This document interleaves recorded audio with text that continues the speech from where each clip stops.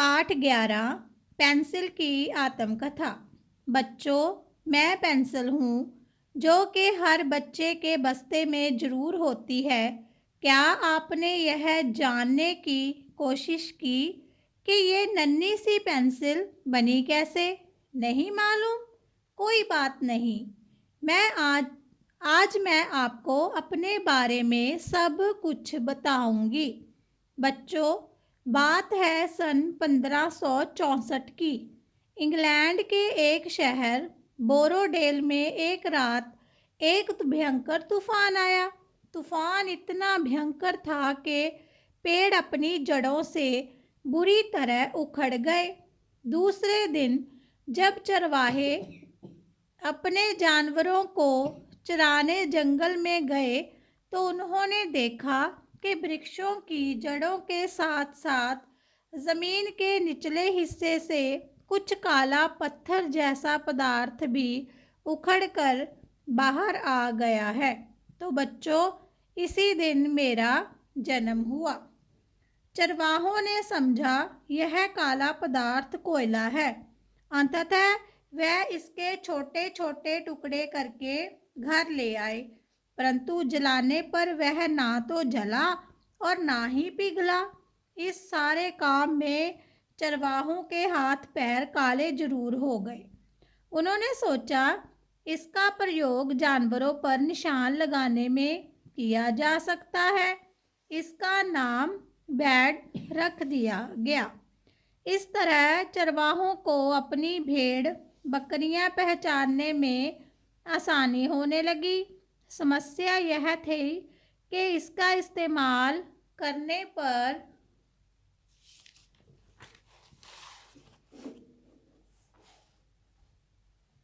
हाथ, मुंह और कपड़े आदि काले हो जाते थे। बच्चों, मानव ने कभी मुश्किलों से हार नहीं मानी, बल्कि उस पर हिम्मत से जीत प्राप्त की है।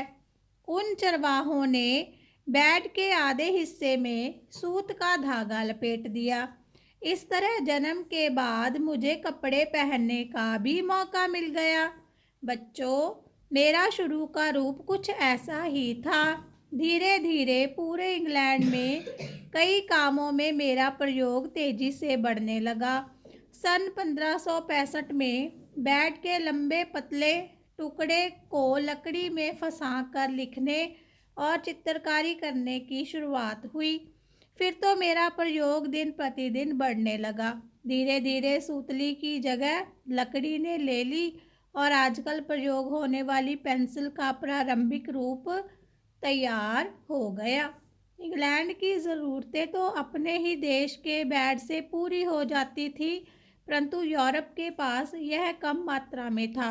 बच्चों, कहते हैं ना, आवश्यकता आविष्कार की जननी है। यूरोप वालों ने थोड़े से बैड में गंधक और गूंद मिलाकर मुझे बनाया, परंतु इस तरह मेरी लिखाई फीकी हो गई। बाद में लिखाई को गूढ़ा करने का भी हल निकाला गया। अब बैड का नाम ग्रेफाइट पड़ गया। जब फ्रांस और इंग्लैंड में युद्ध हुआ तो इंग्लैंड ने ग्रेफाइट भेजना बंद कर दिया। तब फ्रांस के राजा ने इंजीनियर निकोलस को ग्रेफाइट का कोई और हल ढूंढने का आदेश दिया। निकोलस ने बहुत प्रयोग किए और काफ़ी मेहनत के बाद उसे पता चला कि ग्रेफाइट के चूरे में मिट्टी मिलाकर बारीक बारीक टुकड़े बनाए जा सकते हैं, जिन्हें भट्टी में पकाकर मजबूत भी किया जा सकता है। इस तरह फ्रांस में ग्रेफाइट की कमी को पूरा किया जाने लगा। धीरे धीरे और प्रयोग होते गए। अब मिट्टी की मात्रा को घटा बढ़ाकर मेरा गूढ़ा फीका रूप बनने लगा। बच्चों, आप भी बाजार से चित्रकारी के लिए फीकी और लिखने के लिए गूढ़ी पेंसिल लाते हो ना? सन 1950 में तरल ग्रेफाइट से मुझे बनाने के प्रयोग किए गए। इस तरह से तो मेरी लिखाई और फीकी हो गई और लिखने वालों को बहुत दबा दबा कर लिखना पड़ता था। अगर गलत लिखा भी जाता तो मेरा लिखा मिटाना बहुत कठिन हो जाता। इसलिए मेरा पुराना रूप ही सबको पसंद आया। देखा बच्चों, सन 1564 में मेरे जन्म से लेकर आज 21वीं सदी तक मैंने कितना लंबा सफ़र तय किया है। अलग अलग प्रयोगों से निकलकर मैंने कितने सुंदर रंग बिरंगे और आकर्षक रूप धारण कर लिए हैं। आजकल मैं और भी नए रूपों में मिलने लगी हूँ, जैसे किल्क वाली, छोटे छोटे तीखे सिक्कों वाली, रंगदार सिक्कों वाली। स्कूल में नए दाखिल होने वाले छोटे बच्चों के लिए तो मेरा खास तौर पर श्रृंगार किया जाता है। सुंदर सजीले रंग बिरंगे रूप में मुझे देखकर बच्चे खुशी खुशी लिखना सीखते हैं और जीवन की बुलंदियों की राह पर चल पड़ते हैं। प्यारे बच्चों, अब मैं अपने बारे में जो दिलचस्प बातें बताने लगी हूँ उसे सुनकर तुम हैरान हो जाओगे। मैं एक बार में एक साधारण पेंसिल 45,000 शब्द लिख सकती हूँ। अगर आप मेरे से एक लंबी रेखा खींचोगे तो लगभग 34 मील लंबी रेखा बन जाएगी।